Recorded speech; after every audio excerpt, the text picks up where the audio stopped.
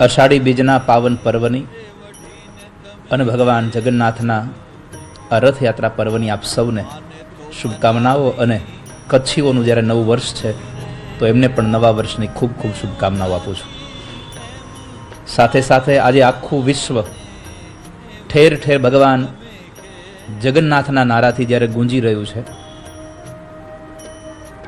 અને આપણે સૌ એ ભક્તિના આ માહોલમાં આપણે સૌ જ્યારે એમાં જોડાયા છીએ, સૌથી વિશેષ વાત તો મારે આજના દિવસે એ કહેવી છે કે આપણી જિંદગીનો રથ ચલાવનારા ભગવાન જગન્નાથના રથને આજે આપણને ચલાવવાનો અવસર મળ્યો એ આપણું સૌભાગ્ય નહીં, આપણા સૌનું પરમ સૌભાગ્ય છે.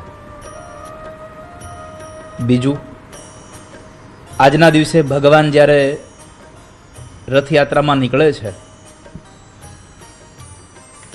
ત્યારે એમાંથી ભગવાન આપણને એક સંદેશો આપે છે. મેં હંમેશા કથાઓમાં કહ્યું છે કે કથાઓ કેવલ સ્ટોરી નથી, કેવલ ખાલી વાર્તાઓ કહીને સમય નીકળી જાય એવું નથી. આ ભગવાનની એક એક લીલાઓમાંથી આપણને એક એક સંદેશાઓ મળે છે વાસ્તવિક જીવનના.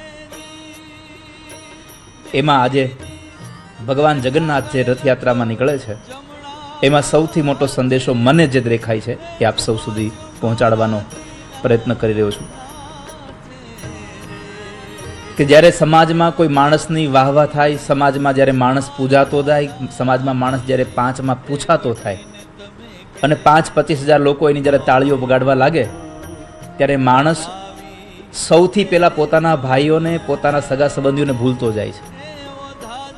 પણ ભગવાનની આજની આ યાત્રામાંથી આપણને સૌને પરમાત્મા એક સંદેશો આપે છે. તો રથયાત્રામાં પ્રસાદનું પણ અનેરું મહત્વ હોય છે. ખાસ કરીને મગનો પ્રસાદ ભક્તોને આપવામાં આવતો હોય છે.